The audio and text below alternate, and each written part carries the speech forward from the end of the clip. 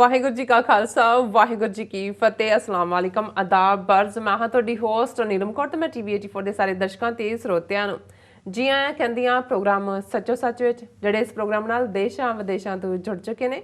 ਖਾਲਿਸਤਾਨਾ affair centre ਦੇ ਸੰਚਾਲਕ doctor Amarjit Singh ji ਰੋਜ਼ਾਨਾ ਤਰ੍ਹਾਂ ਸਟੂਡੀਓ ਵਿੱਚ ਮੇਰੇ ਨਾਲ ਸ਼ਾਮਲ ਨੇ। ਉਹਨਾਂ ਨਾਲ ਗੱਲਬਾਤ ਕਰਕੇ ਅੱਜ ਦੇ ਅਹਿਮ ਇਸ਼ੂਜ਼ ਉੱਪਰ ਉਹਨਾਂ ਦਾ ਤਜ਼ੀਆ ਜਾਣਦੇ ਹਾਂ।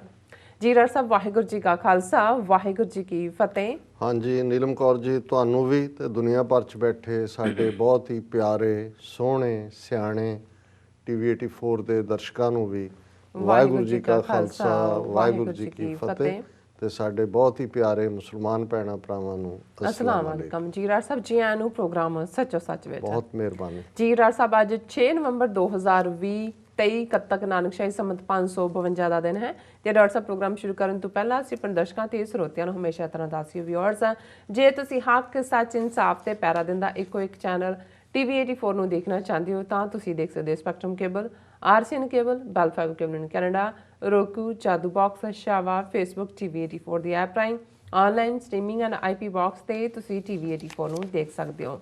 ਵਿਊਅਰਸ, ਜੇ ਤੁਸੀਂ ਟੀਵੀ 84 ਨਾਲ ਜਾਂ ਪ੍ਰੋਗਰਾਮ ਸੱਚੋ ਸੱਚ ਨਾਲ ਫੇਸਬੁੱਕ ਰਾਹੀਂ ਜੁੜੇ ਹੋ ਤਾਂ ਇਸ ਨੂੰ ਵੱਧ ਤੋਂ ਵੱਧ ਲਾਈਕ ਕਰੋ ਤੇ ਸ਼ੇਅਰ ਕਰੋ ਅਤੇ ਨਾਲ ਹੀ YouTube ਤੇ ਸਬਸਕ੍ਰਾਈਬ ਵੀ ਕਰੋ। ਇਹ ਵੀ ਦੱਸ ਦਈਏ ਕਿ ਤੁਸੀਂ ਟੀਵੀ 84 ਦੀ ਐਪ ਨੂੰ ਐਂਡਰੋਇਡ ਐਂਡ ਐਪ ਸਟੋਰ ਤੇ ਡਾਊਨਲੋਡ ਕਰਕੇ ਜੋ ਟੀਵੀ 84 ਦੀ ਲਾਈਵ ਸਟ੍ਰੀਮ ਹੈ ਉਸ ਨੂੰ ਤੁਸੀਂ 24 ਆਵਰਸ ਦੇਖ ਸਕਦੇ ਹੋ। ਵਿਊਅਰਸ, ਹੁਣ ਅਸੀਂ ਆਪਣੇ ਪ੍ਰੋਗਰਾਮ ਦੀ ਸ਼ੁਰੂਆਤ ਕਰਨ ਜਾ ਰਹੇ ਹਾਂ। ਇਸ ਹਫਤੇ ਦਾ ਅਖੀਰਲਾ ਪ੍ਰੋਗਰਾਮ ਕਰਨ ਜਾ ਰਹੇ ਹਾਂ ਔਰ ਸਭ ਨੂੰ ਆਪਾਂ ਹੈਪੀ ਵੀਕਐਂਡ ਕਹਿੰਦੇ ਹਾਂ। ਸੋ ਵਿਊਅਰਸ, ਪਹਿਲੇ ਸੈਗਮੈਂਟ ਦੇ ਵਿੱਚ ਆਪਾਂ ਗੱਲਬਾਤ ਕਰਾਂਗੇ। ਵਿਊਅਰਸ, ਜਿਸ ਤਰ੍ਹਾਂ ਕਿ ਸਾਨੂੰ ਸਾਰਿਆਂ ਨੂੰ ਬੜੀ ਬੇਸਬਰੀ ਦੇ ਨਾਲ ਇੰਤਜ਼ਾਰ ਹੈ, ਅਸੀਂ ਵੇਟ ਕਰ ਰਹੇ ਹਾਂ ਕਿ ਜਿਹੜਾ ਅਮਰੀਕਾ ਦੇ ਪ੍ਰੈਜ਼ੀਡੈਂਟ ਦੀ ਜਿਹੜੀ ਚੋਣ ਦੇ ਜਿਹੜੇ ਨਤੀਜੇ ਨੇ ਉਹ ਅਖੀਰਲੇ ਪਲਾਂ 'ਤੇ ਨੇ ਔਰ ਅਖੀਰਲੀਆਂ ਖਬਰਾਂ ਅਨੁਸਾਰ ਡੈਮੋਕ੍ਰੈਟਿਕ ਪਾਰਟੀ ਦੇ ਜਿਹੜੇ ਉਮੀਦਵਾਰ ਜੋ ਬਾਈਡਨ ਜਿੱਤ ਦੇ ਜਿਹੜੇ ਨੇ ਕਾਫੀ ਉਹ ਕਰੀਬ ਨੇ ਔਰ ਫਾਈਨਲ ਰਿਜ਼ਲਟ ਜਿਹੜੇ ਨੇ ਅੱਜ ਰਾਤ ਤੱਕ ਆ ਜਾਣਗੇ। ਸੋ ਜਿਹੜਾ ਟਰੰਪ ਵੱਲੋਂ ਇਸ ਸੰਬੰਧੀ ਕਾਫੀ ਸਖਤ ਲਾਈਨ ਅਖਤਿਆਰ ਕੀਤੀ ਗਈ ਹੈ। ਸੋ ਇਸ ਬਾਰੇ ਆਪਾਂ ਵਿਚਾਰ ਚਰਚਾ ਕਰਾਂਗੇ ਔਰ ਨਾਲ ਵਿਊਅਰਸ, ਜਿਸ ਤਰ੍ਹਾਂ ਕਿ ਅਸੀਂ ਜਿਹੜੀ ਹੈ ਨਵੰਬਰ 84 ਦੀ ਜਿਹੜੀ ਸਿੱਖ ਨਸਲਕੁਸ਼ੀ ਦੀ ਜਿਹੜੀ 36ਵੀਂ ਵਰ੍ਹੇਗੰਢ ਹੈ ਉਹ ਆਪਾਂ ਸਾਰੇ ਹੀ ਮਨਾ ਰਹੇ ਹਾਂ। ਸੋ ਮਾਰੇ ਗਏ ਸੀ ਜਿਹੜੇ ਸਿੱਖ, ਸੋ ਉਹਨਾਂ ਨੂੰ ਆਪਾਂ ਯਾਦ ਕਰ ਰਹੇ ਹਾਂ, ਆਪਣੀਆਂ ਯਾਦਾਂ ਦੇ ਵਿੱਚ ਲੈ ਕੇ ਆ ਰਹੇ ਹਾਂ। ਸੋ ਇਹ ਜਿਹੜੀ ਯਾਦ ਹੈ ਇਹ ਇਸ ਨਾਲ ਜਿਹੜੇ ਸੰਬੰਧਿਤ ਜਿਹੜੇ ਸਮਾਪਤੀ ਵੱਲ ਜਿਹੜੇ ਸਮਾਗਮ ਨੇ ਉਹ ਜਾ ਰਹੇ ਨੇ। ਸੋ ਕਨੈਕਟੀਕਟ ਸਟੇਟ ਦੇ ਨੋਰਵਿਚ ਸ਼ਹਿਰ ਦੇ ਜਿਹੜੇ ਸਿਟੀ ਪਾਰਕ ਵਿੱਚ ਅੱਜ ਸਿੱਖ ਨਸਲਕੁਸ਼ੀ ਦੇ ਪੀੜਤਾਂ ਦੀ ਯਾਦ ਦੇ ਵਿੱਚ 1000 ਖਾਲਸਾਈ ਜਿਹੜੇ ਝੰਡੇ ਨੇ ਉਹ ਲਹਿਰਾਏ ਗਏ ਨੇ ਔਰ ਜਿਹੜੇ ਸੋਮਵਾਰ ਤੱਕ ਉੱਥੇ ਹੀ ਸਥਾਪਿਤ ਰਹਿਣਗੇ। ਸੋ ਇਸ ਬਾਰੇ ਆਪਾਂ ਵਿਚਾਰ ਚਰਚਾ ਕਰਨ ਜਾ ਰਹੇ ਹਾਂ। ਸੋ ਅਸੀਂ ਚਾਹਾਂਗੇ ਕਿ ਤੁਸੀਂ ਸਾਡੇ ਨਾਲ ਇਸੇ ਤਰ੍ਹਾਂ ਹੀ ਬਣੇ ਰਹਿਣਾ। ਦੇਖਣ ਸੁਣਨ ਲਈ ਤੁਹਾਡਾ ਸਭ ਦਾ ਬਹੁਤ ਬਹੁਤ ਸ਼ੁਕਰੀਆ। ਜੀ ਡਾਕਟਰ ਸਾਹਿਬ, ਕੀ ਕਹਿਣਾ ਚਾਹੋਗੇ? ਦੇਖੋ, ਅੱਜ ਵਾਕਿਆ ਹੀ ਇਕੱਲੇ ਅਮਰੀਕਾ ਵਾਸੀਆਂ ਦੇ ਨਹੀਂ, ਦੁਨੀਆ ਭਰ ਦੇ ਵਿੱਚ ਜਿਨ੍ਹਾਂ ਦੀਆਂ ਅੱਖਾਂ ਅਮਰੀਕਾ ਵੱਲ ਲੱਗੀਆਂ ਹੋਈਆਂ ਜੀ, ਸਵੇਰ ਤੋਂ ਦਿਲਾਂ ਦੀ ਧੜਕਣ ਬਹੁਤ ਤੇਜ਼ ਹੋ ਰਹੀ ਹੈ। ਬਿਲਕੁਲ। ਔਰ ਅਸੀਂ ਵੀ ਪ੍ਰੋਗਰਾਮ ਦੇ ਇਸ ਅੰਦਰ ਸਟੂਡੀਓ 'ਚ ਆਉਣ ਤੱਕ ਵੀ ਦੇਖ ਰਹੇ ਸੀ ਕਿ ਸ਼ਾਇਦ ਅਸੀਂ ਜਿਹੜਾ ਕਿਸੇ ਦੇ ਸਿਰ 'ਤੇ ਜਿਹੜਾ ਉਹ ਤਾਜ ਰੱਖਿਆ ਦੇਖ ਲਈਏ ਔਰ ਕਹੀਏ ਕਿ ਭਾਈ ਹੁਣ ਇਹ ਬਾਦਸ਼ਾਹ ਬਣ ਗਿਆ। ਲੇਕਿਨ ਮੇਰਾ ਖਿਆਲ ਹੈ ਵੀ ਅੱਜ ਮਿਡਨਾਈਟ ਤੱਕ ਜਾਂ ਕੱਲ੍ਹ ਤੱਕ ਉਹ ਧੜਕਣ ਦਿਲ ਦੀ ਉਵੇਂ ਹੀ ਜਾਰੀ ਰਹੇਗੀ। ਔਰ ਇਸ 'ਚ ਕੋਈ ਸ਼ੱਕ ਨਹੀਂ ਹੈ ਕਿ ਇਸ ਸਾਰੇ ਨੇ ਜਿੱਥੇ ਇੱਕ ਐਂਗਜ਼ਾਇਟੀ ਨੂੰ ਜਨਮ ਦਿੱਤਾ ਹੈ, ਪਰੇਸ਼ਾਨੀ ਵੀ ਹੈ ਔਰ ਖ਼ਾਸ ਤੌਰ 'ਤੇ ਜਿਹੜਾ ਫੀਅਰ ਬਹੁਤ ਸਾਰੇ ਹਲਕਿਆਂ ਦੇ ਵਿੱਚ, ਇੱਕ ਪਾਸੇ ਬੇਸ਼ੱਕ ਪੀਸਫੁਲ ਪ੍ਰੋਟੈਸਟ ਵੀ ਨੇ, ਜਿਵੇਂ ਨਿਊਯਾਰਕ 'ਚ ਅਸੀਂ ਮੈਨਹਟਨ 'ਚ ਪਿਛਲੇ 2-3 ਦਿਨ ਤੋਂ ਦੇਖਦੇ ਹਾਂ ਕਿ ਪੀਸਫੁਲ ਪ੍ਰੋਟੈਸਟ ਵੀ ਇੱਕ ਥਾਂ 'ਤੇ ਵਾਇਲੈਂਸ ਵੱਲ ਜਾਂਦੇ ਨੇ। ਔਰ ਨਿਊਯਾਰਕ ਦੇ ਮੇਅਰ ਬਿਲ ਬਲੈਸੀਓ ਨੇ ਵੀ ਜਦੋਂ ਕੱਲ੍ਹ ਪ੍ਰੈਸ ਕਾਨਫਰੰਸ ਕੀਤੀ, ਅੱਜ ਵੀ ਜਿਹੜਾ ਅਸੀਂ ਦੇਖ ਰਹੇ ਸੀ ਨਿਊਯਾਰਕ ਪੁਲਿਸ ਦੇ ਉੱਤੇ ਇਸ ਗੱਲ ਨੂੰ ਲੈ ਕੇ ਇਲਜ਼ਾਮ ਲੱਗ ਰਹੇ ਨੇ ਕਿ ਉਹ ਖਾਮਖਾਹ ਦੀ ਵਾਇਲੈਂਸ ਦਾ ਮਾਹੌਲ ਕ੍ਰੀਏਟ ਕਰ ਰਹੇ ਨੇ। ਹਾਲਾਂਕਿ ਪ੍ਰੋਟੈਸਟ ਹਰ ਥਾਂ 'ਤੇ ਜਿਹੜੇ ਹੁਣ ਹੋ ਰਹੇ ਨੇ ਉਹ ਡਿਫਰੈਂਟ ਐਂਗਲਸ ਤੋਂ ਹੋ ਰਹੇ ਨੇ। ਨਿਊਯਾਰਕ ਦੇ ਪ੍ਰੋਟੈਸਟਰਸ ਦਾ ਸੀ ਕਿ every vote should be counted. ਬਿਲਕੁਲ। ਔਰ ਇਸੇ ਤਰ੍ਹਾਂ ਜਿਹੜੀ ਟਰੰਪ ਟੈਰੀਟਰੀ ਰਹੀ ਹੈ, ਜਾਂ ਜਿਵੇਂ ਅਸੀਂ ਦੇਖ ਰਹੇ ਹਾਂ ਕਿ ਅਰੀਜ਼ੋਨਾ, ਜਿਹਨੂੰ ਬੇਸ਼ੱਕ ਐਸੋਸੀਏਟਿਡ ਪ੍ਰੈਸ ਨੇ ਉੱਥੇ ਆਲਰੇਡੀ ਬਾਈਡਨ ਨੂੰ ਪ੍ਰੋਜੈਕਟਡ ਵਿਨਰ ਐਲਾਨਿਆ, ਲੇਕਿਨ ਟਰੰਪ ਦੇ ਸਪੋਰਟਰਸ ਜਿਹੜੇ ਨੇ ਫੁੱਲੀ ਆਰਮਡ ਵਿਦ ਵੈਪਨਸ ਜਿਹੜੇ ਉੱਥੇ ਪ੍ਰੋਟੈਸਟ ਵੀ ਹੋ ਰਹੇ ਨੇ, ਉਹਦੇ 'ਚ ਉਹ ਇਹ ਕਹਿ ਰਹੇ ਨੇ ਕਿ ਹੈਲ ਟੂ ਪੈਲੋਸੀ ਔਰ ਉਹ ਸਾਰੇ ਚੋਂ ਕਿਉਂਕਿ ਜਿਹੜੀ ਅਰੀਜ਼ੋਨਾ ਐਸੀ ਸਟੇਟ ਹੈ ਜਿੱਥੇ ਤੁਸੀਂ ਪਬਲਿਕਲੀ ਵੀ ਹਥਿਆਰਾਂ ਦੇ ਨਾਲ ਜਾ ਸਕਦੇ ਹੋ, ਸੋ ਉਹ ਸਾਰੇ ਆਰਮ ਟੂ ਦਾ ਟੀਥ ਨੇ ਪ੍ਰੋਟੈਸਟਰਸ। ਔਰ ਉਹ ਜਿੱਥੇ ਵੋਟਾਂ ਦੀ ਗਿਣਤੀ ਹੋ ਰਹੀ ਹੈ ਕਿਉਂਕਿ ਬਹੁਤ ਟਾਈਟ ਇੱਕ ਅੱਧੇ ਪੁਆਇੰਟ ਦਾ ਫਰਕ ਹੈ 1%, 1.5, ਸੋ ਜਦੋਂ ਨਤੀਜੇ ਆਉਂਦੇ ਨੇ ਉਦੋਂ ਕੀ ਹੋਏਗਾ ਇਸ ਗੱਲ ਨੂੰ ਲੈ ਕੇ ਹਾਲਾਂ ਅਮਰੀਕਾ ਦੇ ਵਿੱਚ ਕਿਸੇ ਵੀ ਵਰਸ ਸਿਚੁਏਸ਼ਨ ਦੀ ਪੂਰੀ ਤਰ੍ਹਾਂ ਤਿਆਰੀ ਹੈ। ਅਸੀਂ ਦੇਖਿਆ 4 ਚੁਫੇਰੇ ਕਾਰਡਬੋਰਡਸ ਔਰ ਸਿਕਿਉਰਿਟੀ ਵਾਲੇ 4 ਚੁਫੇਰੇ ਪਸਰੇ ਹੋਏ ਨੇ। ਮੇਬੀ ਆਉਣ ਵਾਲੇ ਪੀਰੀਅਡ 'ਚ ਇੱਕ ਪਾਸੇ ਤਾਂ ਲੀਗਲ ਚੈਲੰਜਸ ਜਿਵੇਂ ਟਰੰਪ ਨੇ ਕਿਹਾ ਸੀ ਉਹ ਆਲਰੇਡੀ 2 ਸਟੇਟਾਂ ਦੇ ਵਿੱਚ ਮਿਸ਼ੀਗਨ ਔਰ ਵਿਸਕੌਨਸਨ ਦੇ ਵਿੱਚ ਉਹ ਕੋਰਟ ਨੇ ਵੀ ਥਰੋ ਆਊਟ ਕਰ ਦਿੱਤਾ ਹੈ ਕਿਉਂਕਿ ਕੋਈ ਵੈਲਿਡ ਗਰਾਊਂਡ ਨਹੀਂ ਹੈ। ਲੇਕਿਨ ਕੁਛ ਥਾਵਾਂ ਦੇ ਉੱਤੇ ਕਿਉਂਕਿ ਜਿਹੜੀ ਅੱਜ ਦੀ ਸਭ ਤੋਂ ਵੱਡੀ ਖਬਰ ਜਿਸ ਨੇ ਆਲਮੋਸਟ ਜੋ ਬਾਈਡਨ ਨੂੰ ਜਿੱਤ ਦੇ ਨੇੜੇ ਪਹੁੰਚਾਉਣ ਦੀਆਂ ਜਿਹੜੀਆਂ ਪ੍ਰੋਜੈਕਸ਼ਨ ਸੀ ਪਹਿਲੀਆਂ ਉਹਨਾਂ ਨੂੰ ਹੋਰ ਵੀ ਐਂਡੋਰਸ ਕੀਤਾ ਉਹ ਪੈਨਸਿਲਵੇਨੀਆ ਸਟੇਟ ਜਿਸ ਦੇ ਵਿੱਚ ਸਭ ਤੋਂ ਜ਼ਿਆਦਾ ਇਲੈਕਟਰਲ ਵੋਟਸ ਨੇ। ਹਾਲਾਂ ਇਸ ਵੇਲੇ ਜਿਹੜੀਆਂ ਸਟੇਟਸ ਅਨਡਿਸਾਈਡਿੰਗ ਨੇ ਉਹਨਾਂ 'ਚ ਭਾਵੇਂ ਇੱਕ ਨਿਵਾਡਾ ਹੈ, ਜੇ ਉਸ ਦੀਆਂ ਹੀ 6 ਵੋਟਾਂ ਮਿਲ ਜਾਂਦੀਆਂ ਨੇ ਤੇ ਮੈਜਿਕ ਫਿਗਰ 270 ਤੇ ਟਰੰਪ ਜਿਹੜੇ ਨੇ ਬਾਈਡਨ ਪਹੁੰਚ ਜਾਂਦੇ ਨੇ। ਲੇਕਿਨ ਇਸ ਵੇਲੇ ਜਿਹੜੀਆਂ ਚਾਰੋਂ ਹੀ ਸਟੇਟਸ ਇਹਨਾਂ ਦੇ ਵਿੱਚ ਨੈਕ ਐਂਡ ਨੈਕ ਫਾਈਟ ਵੀ ਹੈ ਔਰ ਗਿਣਤੀ ਵੀ ਚੱਲ ਰਹੀ ਹੈ। ਉਹਦੇ ਚੋਂ ਜੇ ਪੈਨਸਿਲਵੇਨੀਆ ਆਉਂਦਾ ਹੈ ਤੇ ਫਿਰ ਤਾਂ ਜਿਹੜਾ ਉਹ ਚਾਰੇ ਪਾਸੇ ਹੀ ਬਹਾਰਾਂ ਨੇ। ਸੋ ਇਸ ਵੇਲੇ ਪੈਨਸਿਲਵੇਨੀਆ 'ਚ ਵੀ ਹੌਲੀ ਕਿਉਂਕਿ ਜਿਹਨਾਂ ਨੂੰ ਮੇਲ ਬੈਲਟ ਕਹਿੰਦੇ ਨੇ ਉਹਨਾਂ ਦੀ ਕਾਊਂਟਿੰਗ ਤੋਂ ਬਾਅਦ ਪਹਿਲੇ ਦਿਨ ਜਿਹੜੀ 7 ਲੱਖ ਵੋਟਾਂ ਦੀ ਲੀਡ ਸੀ ਜਿਹੜੀ ਕਿ ਇਲੈਕਸ਼ਨ ਡੇ ਵਾਲੇ ਦਿਨ ਹੀ ਕਾਊਂਟਿੰਗ ਹੋਈ ਉਹ ਘਟਦੀ ਇਸ ਵੇਲੇ ਬਾਈਡਨ ਲੀਡ ਕਰ ਰਹੇ ਨੇ ਫਿਊ ਥਾਊਜ਼ੈਂਡਸ ਦੇ ਨਾਲ ਔਰ 1-2 ਕਾਊਂਟੀ ਸਪੈਸ਼ਲ ਨੇ ਜਿਨ੍ਹਾਂ 'ਚ ਫਾਈਨਲ ਜਾ ਕੇ ਡਿਸੀਜਨ ਹੋਏਗਾ। ਲੇਕਿਨ ਕਿਸੇ ਵੇਲੇ ਵੀ ਜੋ ਬਾਈਡਨ ਨੂੰ ਕਿਉਂਕਿ ਜਿਵੇਂ ਅਸੀਂ ਕੱਲ੍ਹ ਵੀ ਕਿਹਾ ਸੀ ਕਿ ਜਿਹੜੀ ਇਹਨਾਂ ਦੀ ਇਲੈਕਸ਼ਨ ਪ੍ਰੋਸੈਸ ਹੈ ਉਹਦੇ 'ਚ ਸਟੇਟਸ ਦਾ ਕੰਟਰੋਲ ਹੈ।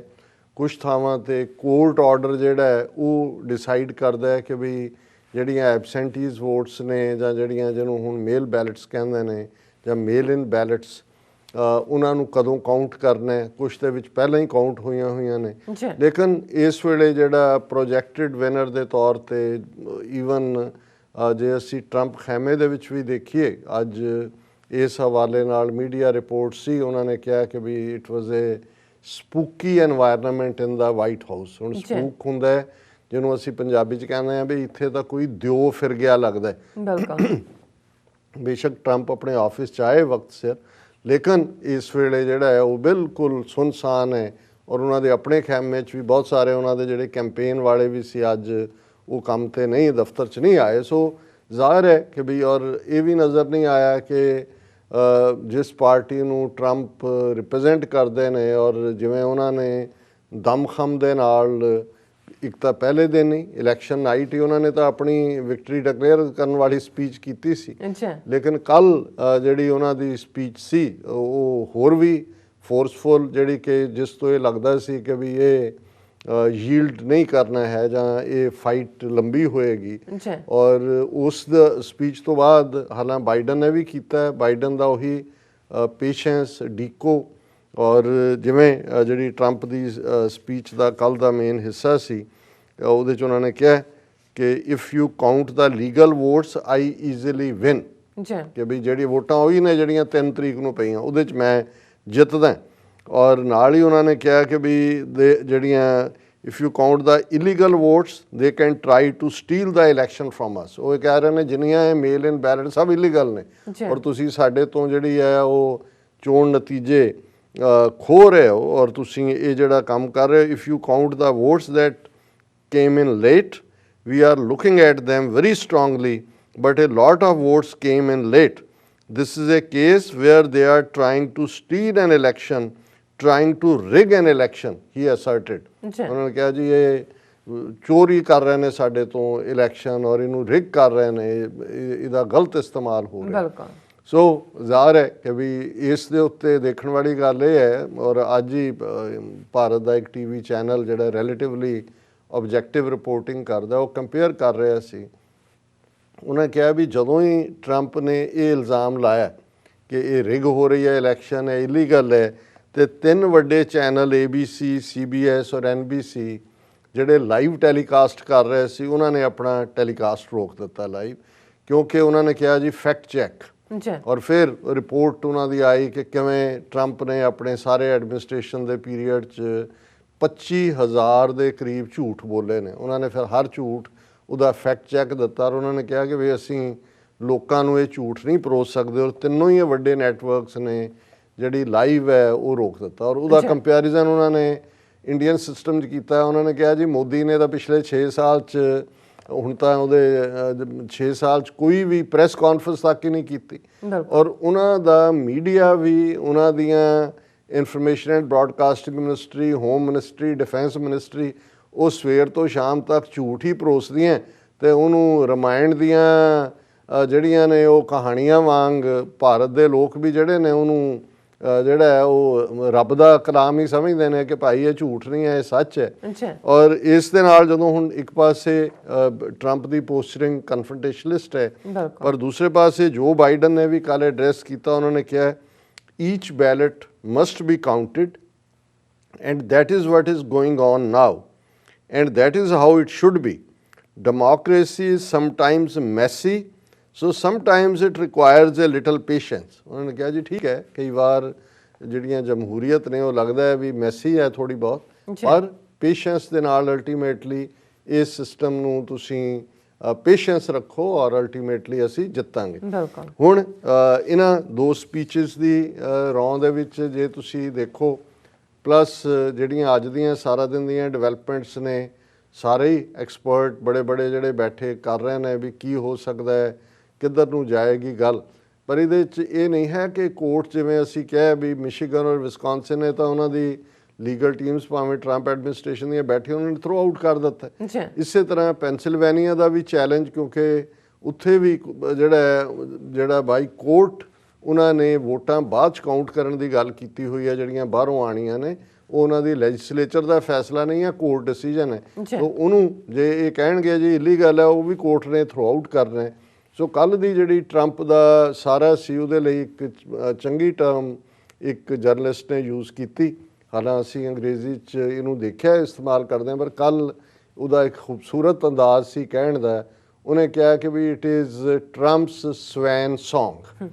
ਹੁਣ ਸਵੈਨ ਹੰਸ ਨੂੰ ਕਹਿੰਦੇ ਨੇ, ਔਰ ਗ੍ਰੀਕ ਮਾਈਥੋਲੋਜੀ ਦੇ ਵਿੱਚ ਜਿਹੜੀ ਜ਼ਾਹਰ ਹੈ, ਜਿਸ ਦੀਆਂ ਬਹੁਤ ਸਾਰੀਆਂ ਟਰਮਸ ਬਾਅਦ ਦੇ ਵਿੱਚ ਅੰਗਰੇਜ਼ੀ ਜ਼ਬਾਨ ਦਾ ਔਰ ਫੋਕਲੋਰ ਦਾ ਵੀ ਹਿੱਸਾ ਬਣੀਆਂ, ਉਹਦੇ 'ਚ ਇੱਕ ਫੇਥ, ਜਿਵੇਂ ਦੋ ਉਹਨਾਂ ਦੇ ਇੱਕ ਤਾਂ ਅਸੀਂ ਵੀ ਕੋਟ ਕਰਦੇ ਹਾਂ ਅਕਸਰ, ਜਿਹੜਾ ਉਹਨਾਂ ਦੇ ਫੀਨਿਕਸ ਪੰਛੀ ਨੂੰ ਲੈ ਕੇ ਹੈ। ਫੀਨਿਕਸ ਇੱਕ ਬਰਡ ਹੈ ਉਹਨਾਂ ਦੀ ਗ੍ਰੀਕ ਮਾਈਥੋਲੋਜੀ ਦਾ, ਜਿਹਦੇ 'ਚ ਇਹ ਆਉਂਦਾ ਹੈ ਕਿ ਭਾਈ ਜਦੋਂ ਉਹਦਾ ਅੰਤ ਆਉਂਦਾ ਹੈ ਤੇ ਉਹ ਆਪਣੇ ਆਪ ਨੂੰ ਅੱਗ ਲਾ ਲੈਂਦਾ ਹੈ, ਅੰਦਰੋਂ ਹੀ ਉਹਦੇ ਅੱਗ ਲੱਗਦੀ ਹੈ ਉਹਦੇ ਖੰਭਾਂ ਨੂੰ, ਔਰ ਉਹ ਸੜ ਕੇ ਸੁਆਹ ਹੋ ਜਾਂਦਾ ਹੈ। ਤੇ ਜਦੋਂ ਉਹਦੀ ਸੁਆਹ ਬਣ ਜਾਂਦੀ ਹੈ ਤੇ ਉਹਦੇ 'ਚੋਂ ਇੱਕ ਨਵਾਂ ਪੰਛੀ ਜਿਹੜਾ ਹੈ ਉਹ ਅਸਮਾਨ ਵੱਲ ਉਡਾਰੀਆਂ ਮਾਰਦਾ। ਇਹਨੂੰ ਅਕਸਰ ਅਸੀਂ ਇਹ ਦੇਖਦੇ ਹਾਂ ਕਿ ਵੀ ਫਨਾਹ ਹੋਣ 'ਚੋਂ, ਤਬਾਹੀ 'ਚੋਂ, ਘੱਲੂਘਾਰਿਆਂ 'ਚੋਂ, ਜੈਨੋਸਾਈਡਸ 'ਚੋਂ ਕੌਮ, ਸਿੱਖ ਕੌਮ ਕਿਵੇਂ ਉੱਭਰੀ। ਇਸ ਦੇ ਲਈ ਅਸੀਂ ਅਕਸਰ ਇਹ ਗ੍ਰੀਕ ਮਾਈਥੋਲੋਜੀ ਦਾ ਲਫ਼ਜ਼ ਕਿ ਭਾਈ ਉਹ ਤਾਂ ਇੱਕ ਮਾਈਥੋਲੋਜੀ ਹੈ ਕਿ ਭਾਈ ਉਹ ਹੁੰਦਾ ਹੈ ਜਾਂ ਨਹੀਂ ਹੁੰਦਾ ਹੈ, ਉਹ ਤਾਂ ਇੱਕ ਫੋਕਲੋਰ 'ਚ ਹੈ। ਪਰ ਜ਼ਮਾਨੇ ਨੇ ਦੇਖਿਆ ਕਿ ਵੀ ਕਿਵੇਂ ਸਿੱਖ ਕੌਮ ਆਪਣੀ 4-5 ਸਦੀਆਂ ਦੀ ਸਟਰਗਲ ਦੇ ਵਿੱਚ ਬਿਲਕੁਲ ਤਬਾਹੀ 'ਚੋਂ ਨਿਕਲ ਕੇ ਵੀ ਫਿਰ ਮਜ਼ਬੂਤ ਹੋ ਕੇ ਨਿਕਲੀ। ਪਰ ਦੂਸਰੀ ਜਿਹੜੀ ਮਾਈਥੋਲੋਜੀ ਦੀ ਗੱਲ ਕੱਲ੍ਹ ਦੀ ਟਰੰਪ ਦੀ ਉਸ ਲਾਸਟ ਉਸ ਪ੍ਰੈਜੈਂਟੇਸ਼ਨ ਨੂੰ ਲੈ ਕੇ ਇੱਕ ਨੇ ਕਹੀ, ਹੁਣ ਸਵੈਨ ਹੰਸ ਹੈ, ਔਰ ਇਹਦੇ ਬਾਰੇ ਵੀ ਗ੍ਰੀਕ ਮਾਈਥੋਲੋਜੀ ਦੇ ਵਿੱਚ ਇੱਕ ਕਹਾਣੀ ਹੈ ਕਿ ਹੰਸ ਦੀ ਜਦੋਂ ਮੌਤ ਆਉਂਦੀ ਹੈ, ਉਹਦਾ ਐਂਡ ਆ ਜਾਂਦਾ ਹੈ, ਤੇ ਉਸ ਤੋਂ ਪਹਿਲਾਂ ਉਹ ਬੜਾ ਖੂਬਸੂਰਤ ਗੀਤ ਗਾਉਂਦਾ ਹੈ। ਬਹੁਤ ਲੰਬਾ ਗੀਤ ਹੁੰਦਾ ਹੈ, ਔਰ ਉਹ ਗਾਣ ਤੋਂ ਬਾਅਦ ਉਹ ਥੱਲੇ ਜ਼ਮੀਨ 'ਤੇ ਡਿੱਗ ਪੈਂਦਾ ਔਰ ਉਹ ਮਰ। ਉਹਨਾਂ ਨੇ ਕਿਹਾ ਕਿ ਜੀ ਇਹ ਟਰੰਪ ਦਾ ਸਵੈਨ ਸੌਂਗ ਹੈ, ਕਿ ਮਤਲਬ ਉਹਦੀ ਟਰਮ ਦਾ ਐਂਡ ਹੈ। ਲੇਕਿਨ ਕੁਛ ਚੀਜ਼ਾਂ ਮੈਂ ਸਮਝਦਾ ਹਾਂ ਵੀ ਇੱਕ ਜਿਹਨੂੰ ਅਸੀਂ ਬਦਲਾ ਜਾਂ ਰਿਵੈਂਜ ਕਹਿੰਦੇ ਹਾਂ, ਹਰ ਕੋਈ ਕਈ ਵਾਰ ਤਾਂ ਕਈ ਨਾਲ ਦੀ ਨਾਲ ਰਿਵੈਂਜ ਲੈ ਲੈਂਦੇ ਨੇ, ਤੇ ਕਈ ਡੀਕਦੇ ਨੇ ਕਿ ਵੀ ਕਦੋਂ ਉਹ ਮੌਕਾ ਆਏ।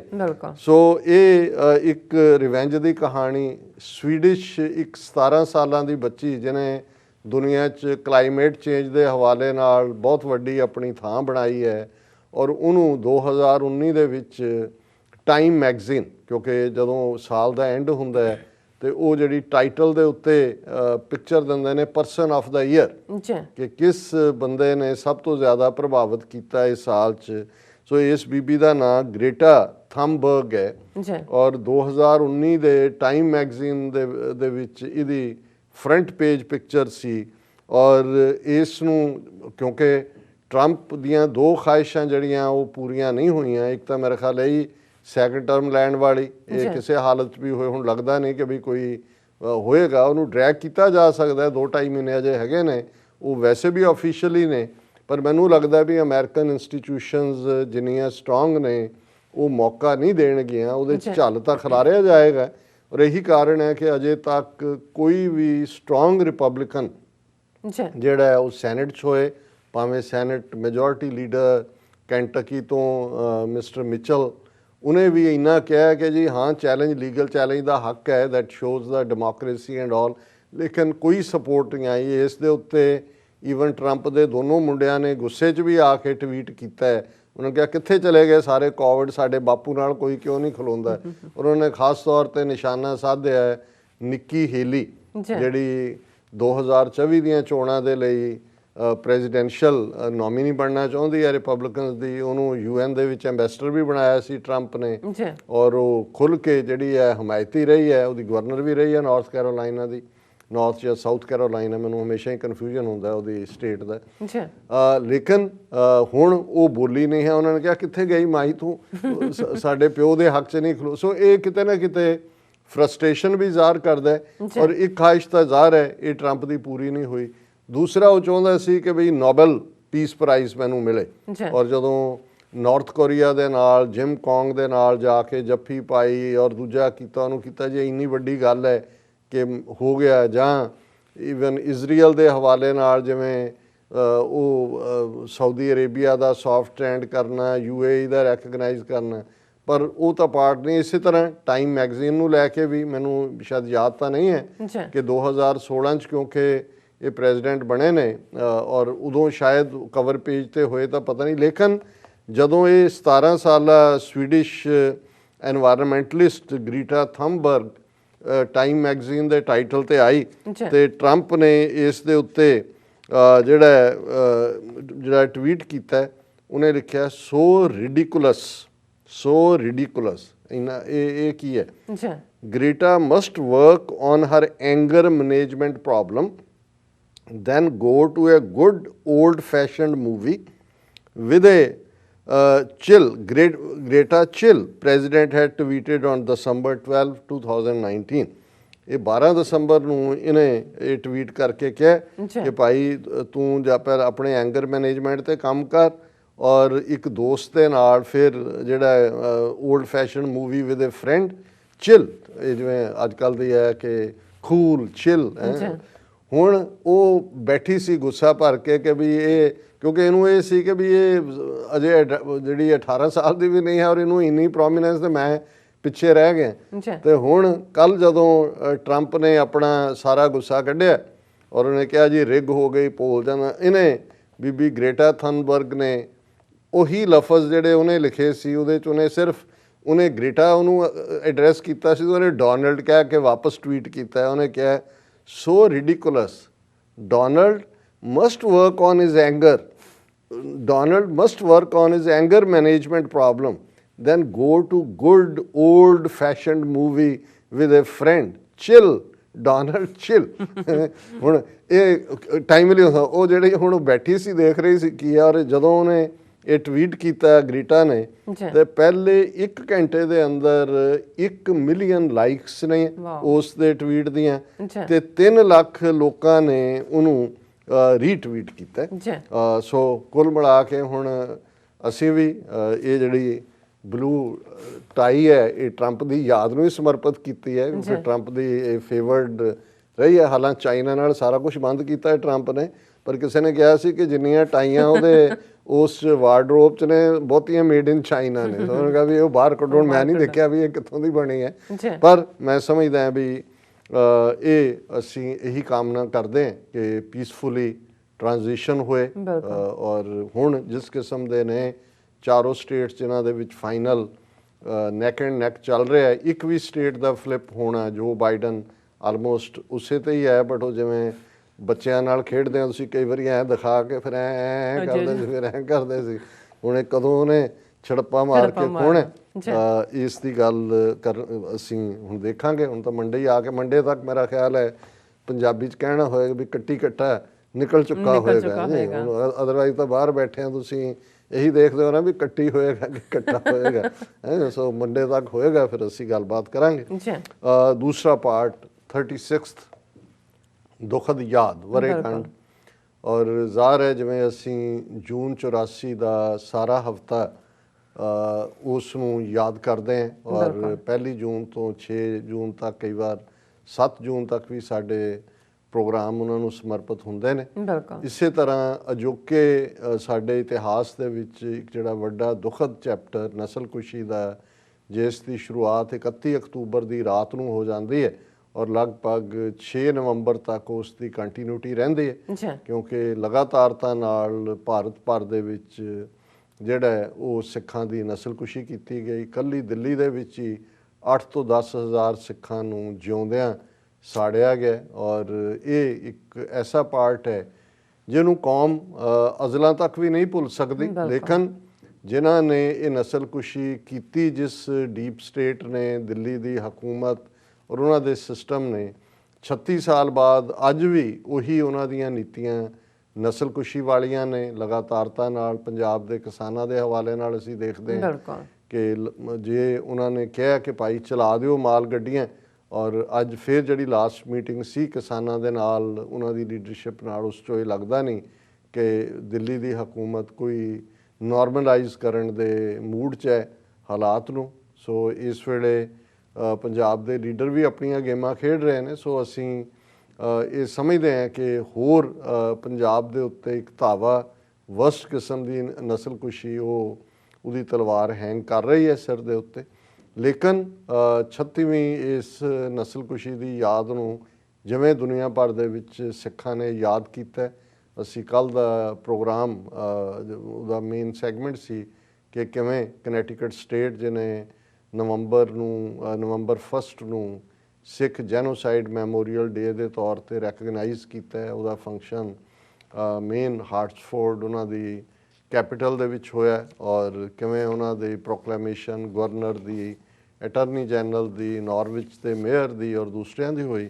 ਔਰ ਅੱਜ ਜਿੱਥੇ ਅਸੀਂ ਆਪਣੇ ਇਹਨਾਂ ਪ੍ਰੋਗਰਾਮਾਂ ਦੀ ਵੀ ਕਲੋਜ਼ਿੰਗ ਕਰ ਰਹੇ ਹਾਂ, ਉੱਥੇ ਇੱਕ ਬੜਾ ਚੰਗੇ ਢੰਗ ਨਾਲ ਵੀਰ ਸਵਰਨਜੀਤ ਸਿੰਘ, ਜਿਨ੍ਹਾਂ ਦੇ ਬਾਰੇ ਮੈਂ ਕੱਲ੍ਹ ਵੀ ਜ਼ਿਕਰ ਕੀਤਾ ਸੀ ਕਿ ਕਿਵੇਂ ਵਰਲਡ ਸਿੱਖ ਪਾਰਲੀਮੈਂਟ ਦੇ ਝੰਡੇ ਥੱਲੇ ਉਹਨਾਂ ਨੇ ਇਹ ਕਨੈਟੀਕਟ ਦੇ ਵਿੱਚ ਲੌਬਿੰਗ ਔਰ ਕੱਲ੍ਹ ਦਾ ਫੰਕਸ਼ਨ ਆਰਗੇਨਾਈਜ਼ ਕੀਤਾ। ਅੱਜ ਉਹਨਾਂ ਨੇ ਇਹ ਖਬਰ ਵੀ ਭੇਜੀ ਔਰ ਉਹਨਾਂ ਦੀ ਵੀਡੀਓ ਵੀ ਹੈ 2 ਮਿੰਟ ਦੀ, ਕਿ ਉਹਨਾਂ ਨੇ ਇਸ ਕਨਕਲੂਜਨ ਦੇ ਵਿੱਚ, ਕਿਉਂਕਿ ਜਿਹੜੀ ਉਹ ਫਿਗਰ ਯੂਜ਼ ਕਰਦੇ ਨੇ 30,000 ਤੋਂ ਜ਼ਿਆਦਾ ਸਿੱਖਾਂ ਦੇ ਮਾਰੇ ਜਾਣ ਦੀ। ਸੋ ਬਹੁਤ ਵਾਰ ਇਹ ਹੁੰਦਾ ਹੈ ਕਿ ਜਦੋਂ ਤੁਸੀਂ ਵੈਸਟਰਨ ਸਿਵਲਾਈਜੇਸ਼ਨ 'ਚ ਦੇਖਦੇ ਹੋ ਤਾਂ ਇਹਨਾਂ ਦਾ ਜਿਹੜੇ ਖਾਸ ਤੌਰ 'ਤੇ ਜੈਨੋਸਾਈਡਸ ਦਾ ਸ਼ਿਕਾਰ ਹੋਏ ਲੋਕ ਨੇ, ਉਹਨਾਂ ਬਾਰੇ ਹੁੰਦਾ ਹੈ ਕਿ ਵੀ ਤੁਸੀਂ ਜਿਹੜਾ ਇੱਕ ਮੋਮਬੱਤੀ ਜਗਾਓ, ਇੱਕ ਕੈਂਡਲ, ਔਰ ਉਨੀਆਂ ਹੁੰਦੀਆਂ ਨੇ ਜਾਂ ਜਿੰਨਾ ਕੁ ਤੁਹਾਡਾ ਅੰਦਾਜ਼ਾ ਹੁੰਦਾ ਤੁਸੀਂ ਉਹਦੇ ਮੁਤਾਬਕ ਕੁਛ ਨਾ ਕੁਛ ਜੈਸਚਰ ਕਰਦੇ ਹੋ। ਸੋ ਉਹਨਾਂ ਨੇ ਇਹ ਮੰਨ ਕੇ ਕਿ ਵੀ 30,000 ਸਿੱਖ ਨਵੰਬਰ 84 ਦੇ ਵਿੱਚ ਮਾਰੇ ਗਏ, ਉਹਨਾਂ ਨੇ ਇੱਕ ਯੂਨੀਕ ਤਰੀਕਾ ਸੋਚਿਆ, ਕਿਉਂਕਿ ਅੱਜ ਕੱਲ੍ਹ ਹੁਣ ਤੁਸੀਂ ਨਾ ਵੱਡੀਆਂ ਗੈਦਰਿੰਗਸ ਕਰ ਸਕਦੇ ਹੋ ਨਾ ਕੋਈ ਹੋਰ ਤਰੀਕਾ ਹੈ, ਤੇ ਉਹਨਾਂ ਨੇ 1,000 ਦੇ ਕਰੀਬ ਜਿਹੜੇ ਸਿੱਖ ਝੰਡੇ ਨੇ ਉਹ ਬਣਾਏ, ਔਰ ਨਾਰਵਿਚ ਸਿਟੀ ਦਾ ਵੱਡਾ ਪਾਰਕ ਹੈ ਬੀਨ ਹਿਲ ਸਿਟੀ ਪਾਰਕ, ਉਸ ਦੇ ਵਿੱਚ ਉਹਨਾਂ ਨੇ ਅੱਜ ਉਹ 1,000 ਝੰਡਾ ਜਿਹੜਾ, ਔਰ ਉਹਨਾਂ ਨੇ ਕਿਹਾ ਵੀ ਇੱਕ ਝੰਡਾ 30 ਜਿਹੜੇ ਸਿੱਖ ਵਿਕਟਮ ਸੀ ਨਵੰਬਰ 84 ਦੇ, ਉਹਨਾਂ ਦੀ ਯਾਦ ਨੂੰ ਸਮਰਪਿਤ ਨੇ। ਸੋ ਝੰਡੇ, ਕਿਉਂਕਿ ਇਹਦੇ ਲਈ ਵੀ ਪੂਰਾ ਪਰਮਿਟ ਲੈਣਾ ਹੁੰਦਾ ਹੈ ਔਰ ਪ੍ਰੋਪਰ ਤਰੀਕੇ ਨਾਲ ਇਹ ਅੱਜ ਉਹਨਾਂ ਨੇ 1,000 ਝੰਡਾ ਨਵੰਬਰ 84 ਦੇ ਵਿਕਟਮਸ ਦੀ ਯਾਦ ਦੇ ਵਿੱਚ ਸਿੱਖ ਨਸਲਕੁਸ਼ੀ ਦੇ ਉਸ ਥਾਂ ਤੇ ਲਹਿਰਾਇਆ, ਔਰ ਇਹ ਮੰਡੇ ਤੱਕ ਉੱਥੇ ਰਹਿਣਗੇ। ਸੋ ਜਿਹੜੇ ਆਲੇ ਦੁਆਲੇ ਦੀਆਂ ਸਟੇਟਾਂ ਜਾਂ ਦੂਜਿਆਂ ਦੇ ਨੇ, ਤੁਸੀਂ ਉੱਥੇ ਵਿਜ਼ਿਟ ਕਰ ਸਕਦੇ ਹੋ, ਉਹਨਾਂ ਦੇ ਲਈ ਅਰਦਾਸ ਕਰ ਸਕਦੇ ਹੋ, ਕਿਉਂਕਿ ਜੋ ਚਲਾ ਗਿਆ ਦੁਨੀਆ ਤੋਂ, ਜਿਨ੍ਹਾਂ ਨੂੰ ਬੱਚਿਆਂ ਨੂੰ, ਜਿਨ੍ਹਾਂ ਦੇ ਮਾਪਿਓ ਚਲੇ ਗਏ, ਉਹ ਵੀ ਜਿਨ੍ਹਾਂ ਦੇ ਇਸ ਕਿਸਮ ਦੇ ਵੀ ਕੇਸਿਸ ਨੇ, ਜਿਨ੍ਹਾਂ ਬੀਬੀਆਂ ਦਾ ਹਸਬੈਂਡ, ਭਰਾ, ਪੁੱਤਰ ਅੱਖਾਂ ਸਾਹਮਣੇ ਜਿਉਂਦਾ ਸਾੜ ਦਿੱਤਾ ਔਰ ਉਹਨਾਂ ਦੇ ਨਾਲ ਗੈਂਗ ਰੇਪ ਹੋਏ। ਸੋ ਜਿਹੜੇ ਨੇ ਸਰਵਾਈਵਰ, ਉਹਨਾਂ ਦੀ ਪੇਨ ਕੀ ਹੁੰਦੀ ਹੈ। ਇੱਥੇ ਤਾਂ ਵੈਸੇ ਕੋਈ ਗਨਮੈਨ ਕਿਸੇ ਸਕੂਲ ਦੇ ਕੰਪਾਊਂਡ ਚੋਂ ਨਿਕਲ ਜਾਏ, ਭਾਵੇਂ ਕੁਛ ਨਾ ਕਹੇ, ਤੇ ਅਗਲੇ ਦਿਨ ਸਾਰੇ ਬੱਚਿਆਂ ਨੂੰ ਕਾਉਂਸਲਿੰਗ ਲਈ ਭੇਜਿਆ ਹੁੰਦਾ ਹੈ ਕਿ ਜੀ ਉਹਨਾਂ ਦੇ ਉੱਤੇ ਕੀ ਅਸਰ ਹੋਇਆ। ਸੋ ਅਸੀਂ ਅੰਦਾਜ਼ਾ ਲਾਈਏ ਕਿ ਵੀ ਕਿਵੇਂ ਜਿਸ ਕਾਲੋਨੀ ਨੂੰ, ਕੋਈ ਉਹਨਾਂ ਦਾ ਆਫੀਸ਼ੀਅਲ ਨਾਂ ਵਿਡੋ ਕਾਲੋਨੀ ਨਹੀਂ ਹੈ, ਪਰ ਹੁਣ ਇੰਨੀ ਵੱਡੀ ਗਿਣਤੀ 'ਚ ਜਿੱਥੇ ਸਿੱਖਾਂ ਦੀ ਨਸਲਕੁਸ਼ੀ, ਆਬਾਦੀਆਂ, ਤਰਲੋਕਪੁਰੀ, ਮੰਗੋਲਪੁਰੀ, ਸੁਲਤਾਨਪੁਰੀ, ਸਾਰੇ ਮੇਲ ਜਿਹੜੇ ਨੇ ਉਹ ਖ਼ਤਮ ਕਰ ਦਿੱਤੇ, ਛੋਟੇ ਛੋਟੇ ਬੱਚੇ ਵੀ ਗੈਸ ਦੇ ਉੱਤੇ ਰੱਖ ਕੇ ਰੋਸਟ ਕਰ ਦਿੱਤੇ। ਤੇ ਉਹ ਵਿਚਾਰੀਆਂ ਜਿਹੜੀਆਂ ਨੇ, ਜਿਨ੍ਹਾਂ ਦਾ ਭਰਾ ਵੀ ਨਹੀਂ ਖਲੋਣ ਲਈ, ਪਿਓ ਵੀ ਮਾਰ ਦਿੱਤਾ ਹੈ, ਸਾੜ ਦਿੱਤਾ ਹੈ, ਘਰ ਵਾਲਾ ਵੀ ਨਹੀਂ ਹੈ, ਔਰ ਉਹਨਾਂ ਨੂੰ ਜਿੱਥੇ ਰੱਖਿਆ ਗਿਆ ਜਾਂ ਉਹਦਾ ਨਾਂ ਹੀ ਵਿਡੋ ਕਾਲੋਨੀ ਬਣਾ ਕੇ ਵਿਧਵਾਵਾਂ ਦੀ। ਦੁਨੀਆ 'ਚ ਤੁਹਾਨੂੰ ਇੱਦਾਂ ਦਾ ਕੋਈ ਨਹੀਂ ਮਿਲੇਗਾ ਕਿ ਕਿਸੇ ਆਬਾਦੀ ਦਾ ਨਾਂ ਹੀ ਵਿਡੋ ਕਾਲੋਨੀ ਹੋਏ, ਹਜ਼ਾਰਾਂ ਦੀ ਗਿਣਤੀ। ਸੋ ਅਸੀਂ ਘੱਟੋ ਘੱਟ ਹੋਰ ਕੁਝ ਨਹੀਂ ਕਰ ਸਕਦੇ। ਜਿਵੇਂ ਕੱਲ ਸੈਨੇਟਰ ਕੈਥੀ ਨੇ ਕਿਹਾ ਸੀ ਉਸ ਮੈਮੋਰੀਅਲ ਫੰਕਸ਼ਨ 'ਚ ਬੋਲਦੇ ਆ ਕਿ ਇਹ ਸਟੇਨ ਹੁੰਦਾ ਹੈ, ਬਲੱਡ ਸਟੇਨ, ਜਿਵੇਂ ਨਸਲ, ਔਰ ਜਦੋਂ ਤੱਕ ਤੁਸੀਂ ਉਸ ਸਟੇਨ ਨੂੰ ਦੇਖਦੇ ਹੋ, ਯਾਦ ਰੱਖਦੇ ਹੋ, ਤੁਸੀਂ ਅਕਾਊਂਟੇਬਲ ਵੀ ਠਹਿਰਾਉਂਦੇ ਹੋ ਕਿ ਭਾਈ ਇਹਦੇ ਲਈ ਜਵਾਬਦੇਹੀ ਕਰਨੀ ਹੈ। ਔਰ ਤੁਹਾਨੂੰ ਇਹ ਵੀ ਹੁੰਦਾ ਹੈ ਵੀ ਇਹੋ ਜਿਹੀ ਨਸਲਕੁਸ਼ੀ ਅਸੀਂ ਕਿਤੇ ਨਹੀਂ ਹੋਣ ਦੇਣੀ। ਤੁਸੀਂ ਉਹਨਾਂ ਦੇ ਲਈ ਜਿਹੜੇ ਵਿਕਟਮ ਨੇ ਦੁਨੀਆ ਭਰ 'ਚ ਕਿਸੇ ਨਾ ਕਿਸੇ ਪਾਸ, ਉਹਨਾਂ ਦੇ ਲਈ ਵੀ ਖਲੋਂਦੇ ਹੋ। ਸੋ ਅਸੀਂ ਜਿੱਥੇ ਅੱਜ ਇਹ ਫਾਈਨਲ ਪ੍ਰੋਗਰਾਮ ਕਰ ਰਹੇ ਹਾਂ 36ਵੀਂ ਦੁਖਦ ਇਸ ਨਸਲਕੁਸ਼ੀ ਦੀ, ਸਿੱਖ ਨਸਲਕੁਸ਼ੀ ਦੀ ਯਾਦ 'ਚ, ਉੱਥੇ ਅਸੀਂ ਇਹ ਵੀ ਕਵਾਂਗੇ ਕਿ ਭਾਈ ਵੀਕਐਂਡ ਦੇ ਉੱਤੇ ਹੀ ਸਹੀ, ਤੁਸੀਂ ਘੱਟੋ ਘੱਟ ਆਪਣੇ ਘਰਾਂ ਦੇ ਵਿੱਚ ਹੀ ਸਹੀ, ਜਾਂ ਆਉਣ ਵਾਲੇ ਦਿਨਾਂ 'ਚ ਵੀਕਐਂਡ ਦੇ ਘਰਾਂ ਜਦੋਂ ਤੁਸੀਂ ਪਾਠ ਕਰਦੇ ਹੋ, ਸਵੇਰੇ ਸ਼ਾਮ ਨੂੰ ਕਰਦੇ ਹੋ, ਅਰਦਾਸ ਕਰਦੇ ਹੋ, ਜਾਂ ਆਪਣੇ ਪਰਿਵਾਰ ਦੇ ਨਾਲ ਹੀ ਬੱਚਿਆਂ 'ਚ ਬੈਠ ਕੇ ਉਹਨਾਂ ਦੇ ਲਈ ਜਦੋਂ ਯਾਦ ਕਰੋ, ਤੇ ਆਪਣੇ ਬੱਚਿਆਂ ਨੂੰ ਦੱਸੋ ਕਿ ਭਾਈ ਅਸੀਂ ਜੇ ਸਿੱਖ ਹੈ ਤੇ ਉਹਦੀ ਅਸੀਂ ਕੀ ਕੀਮਤ ਬੀਤੇ 'ਚ ਅਦਾ ਕੀਤੀ, ਔਰ ਅੱਜ ਅਸੀਂ ਕਿੱਥੇ ਖੜੇ ਹਾਂ, ਔਰ ਤੁਹਾਡੇ ਕੀ ਫਰਜ਼ ਨੇ। ਕਿਉਂਕਿ ਜਦੋਂ ਤੱਕ ਕੌਮਾਂ ਆਪਣੇ ਇਤਿਹਾਸ ਨੂੰ ਯਾਦ ਰੱਖਦੀਆਂ ਨੇ, ਉਦੋਂ ਤੱਕ ਕੌਮਾਂ ਨੂੰ ਕੋਈ ਗੁਲਾਮ ਨਹੀਂ ਬਣਾ ਸਕਦਾ। ਹਾਂ, ਜੋ ਦੁਸ਼ਮਣ ਚਾਹੁੰਦਾ ਹੈ ਕਿ ਬੀਤੇ ਨੂੰ ਭੁੱਲ ਜਾਓ, ਜਦੋਂ ਤੁਸੀਂ ਭੁੱਲਦੇ ਹੋ ਤੇ ਫਿਰ ਤੁਸੀਂ ਰੁਲਦੇ ਹੋ, ਫਿਰ ਤੁਸੀਂ ਗਵਾਚਦੇ ਹੋ, ਇਤਿਹਾਸ ਦੇ ਘੱਟੇ 'ਚ ਤੁਸੀਂ ਗਵਾਚਦੇ ਹੋ। ਔਰ ਮੈਂ ਕਲੋਜ਼ਿੰਗ ਤੋਂ ਪਹਿਲਾਂ, ਕਿਉਂਕਿ ਇਹ ਸਾਰਿਆਂ ਨੂੰ ਬੜੇ ਖੂਬਸੂਰਤ ਲਫ਼ਜ਼ਾਂ 'ਚ ਸਵਰਨਜੀਤ ਸਿੰਘ ਖਾਲਸਾ ਉਹਨਾਂ ਨੇ ਸਮ ਅਪ ਕੀਤਾ ਕਨੈਟੀਕਟ ਤੋਂ, ਸੋ ਮੈਂ ਆਪਣੀ ਟੈਕਨੀਕਲ ਟੀਮ ਨੂੰ ਕਹਾਂਗਾ ਕਿ 2 ਮਿੰਟ ਦੀ ਉਹਨਾਂ ਦੀ ਵੀਡੀਓ ਹੈ ਉਸ ਨੂੰ ਚਲਾ ਦੇਣ। ਵਾਹਿਗੁਰੂ ਜੀ ਕਾ ਖਾਲਸਾ, ਵਾਹਿਗੁਰੂ ਜੀ ਕੀ ਫਤਿਹ। Today we have gathered at Bean Hill Green, which is a city park, to commemorate 1984 Sikh Genocide Remembrance Day. As you know, state of Connecticut has recognized November 1st as Sikh Genocide Remembrance Day, and today, due to COVID and due to spike in city of Norwich, we are trying to do contactless commemoration. As you see, we are standing in this park and there are thousands of flags for commemoration. Each flag represents 30 Sikhs who were killed during the 1984 Sikh genocide that happened in November by Indian government. So if you would like to stop by, that'll be great. We'll be here tomorrow as well, and flags will be up till Monday. Feel free to stop by. There are different signs you can see, learn about Sikh genocide, and our basic goal for today's event and to do this commemoration is to make sure people are aware about who Sikhs are, where they are from, and what happened to them in November 1984. And I think these kind of commemorations, these kind of events always bring awareness in the community, and it always give us a message that we need to be vigilant about these kind of crimes that has happened against humanity.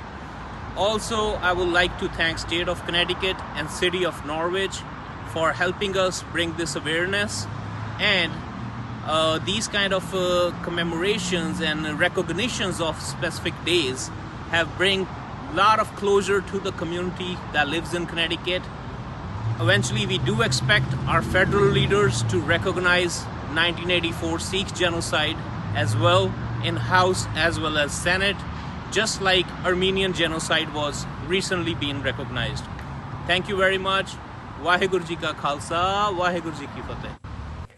ਸਾਡੇ ਵੀਰ ਜੀ ਨੇ ਬਹੁਤ ਹੀ ਵਧੀਆ ਉਪਰਾਲਾ ਕੀਤਾ doctor ਸਾਹਿਬ, ਜਿਹੜੇ ਨਵੰਬਰ 84 ਦੇ ਵਿੱਚ ਮਾਰੇ ਗਏ ਸਿੱਖਾਂ ਦੀ ਯਾਦ ਨੂੰ ਸਮਰਪਿਤ ਜਿਹੜੇ ਆ ਜਿਹੜੇ 1000 ਫਲੈਗ ਜਿਹੜੇ ਨੇ ਉਹ ਲਹਿਰਾਏ ਨੇ। ਸੋ ਇਹਨਾਂ ਦਾ ਬਹੁਤ ਬਹੁਤ ਸ਼ੁਕਰੀਆ। ਸੋ ਵਿਊਅਰਸ, ਇਸ ਦੇ ਨਾਲ ਆਪਾਂ ਇੱਥੇ ਲੈਂਦੇ ਹਾਂ ਬ੍ਰੇਕ ਤੋਂ ਪਹਿਲਾਂ ਅਸੀਂ ਤੁਹਾਨੂੰ ਅਪੀਲ ਤੇ ਬੇਨਤੀ ਕਰਦੀ ਹਾਂ ਵਿਊਅਰਸ, ਜਿਸ ਤਰ੍ਹਾਂ ਕਿ ਤੁਸੀਂ ਜਾਣਦੇ ਹੋ ਕਿ TV 84 ਪਹਿਲੇ ਦਿਨ ਤੋਂ ਹੀ ਤੁਹਾਡੇ ਪਿਆਰ ਸਦਕਾ, ਵਿਸ਼ਵਾਸ ਸਦਕਾ, ਤੁਹਾਡੀ ਡੋਨੇਸ਼ਨ ਸਦਕਾ ਸਾਰੇ ਦੁਨੀਆ ਭਰ ਦੇ ਵਿੱਚ ਜਿਹੜਾ TV 84 ਹੈ ਉਹ ਦੇਖਿਆ ਜਾ ਰਿਹਾ ਹੈ ਔਰ ਇਹ TV 84 ਹੱਕ, ਸੱਚ, ਇਨਸਾਫ ਦੀ ਜਿਹੜੀ ਆਵਾਜ਼ ਨੂੰ ਬੁਲੰਦ ਕਰ ਰਿਹਾ ਹੈ। ਸੋ ਤੁਸੀਂ ਜੇ ਚਾਹੋ ਤੇ ਇਹ ਆਵਾਜ਼ ਇਸੇ ਤਰ੍ਹਾਂ ਹੀ ਬੁਲੰਦ ਰਹੇ, ਇਹ ਸਿਰਫ ਤੁਹਾਡੇ ਡੋਨੇਸ਼ਨ ਸਦਕਾ ਹੀ ਬੁਲੰਦ ਰਹਿ ਸਕਦੀ ਹੈ। ਸੋ ਅਸੀਂ ਚਾਹਾਂਗੇ ਕਿ ਤੁਸੀਂ ਆਪਣੀ ਡੋਨੇਸ਼ਨ ਸਾਡੀ ਵੈਬਸਾਈਟ tv84.tv ਤੇ ਜਾ ਕੇ ਪੇਪਲ ਦੀ ਵਰਤੋਂ ਕਰਕੇ 1 ਟਾਈਮ ਡੋਨੇਟ ਕਰ ਸਕਦੇ ਹੋ, ਮੰਥਲੀ ਡੋਨੇਟ ਵੀ ਕਰ ਸਕਦੇ ਹੋ। ਤੁਸੀਂ ਡੋਨੇਟ ਕਰਨ ਲਈ ਬੈਂਕ ਅਕਾਊਂਟ, ਜੈਲੀ, ਹਰ ਕਿਸਮ ਦਾ credit card, debit card, PayPal ਦੀ ਵਰਤੋਂ ਕਰ ਸਕਦੇ ਹੋ, ਜਾਂ ਫਿਰ ਤੁਸੀਂ TV 84 ਦੇ ਨਾਮ ਤੇ ਚੈੱਕ ਬਣਾ ਕੇ ਸਾਨੂੰ ਮੇਲ ਵੀ ਕਰ ਸਕਦੇ ਹੋ ਸਾਡੇ ਇਸ ਪਤੇ ਤੇ 36-01 37th Avenue, Long Island City, New York 11101 USA, ਜਾਂ ਫਿਰ ਤੁਸੀਂ ਸਾਨੂੰ ਫੋਨ ਰਾਹੀਂ ਵੀ ਸੰਪਰਕ ਕਰ ਸਕਦੇ ਹੋ ਸਾਡੇ ਫੋਨ ਨੰਬਰ ਤੇ, WhatsApp ਤੇ ਵੀ 5166191984, ਜਾਂ ਫਿਰ ਤੁਸੀਂ ਸਾਨੂੰ ਈਮੇਲ ਵੀ ਕਰ ਸਕਦੇ ਹੋ support@tv84.tv ਤੇ। ਅਸੀਂ ਤੁਹਾਡੇ ਤਹਿ ਦਿਲ ਤੋਂ ਸ਼ੁਕਰੀਆ ਅਦਾ ਕਰਾਂਗੇ। ਸੋ ਇੱਥੇ ਲੈਂਦੇ ਹਾਂ ਬ੍ਰੇਕ ਵਿਊਅਰਸ, ਤੁਸੀਂ ਸਾਨੂੰ ਇਸੇ ਤਰ੍ਹਾਂ ਹੀ ਬਣੇ ਰਹਿਣਾ। ਮਿਲਦੇ ਹਾਂ ਛੋਟੇ ਜਿਹੇ ਬ੍ਰੇਕ ਤੋਂ ਬਾਅਦ।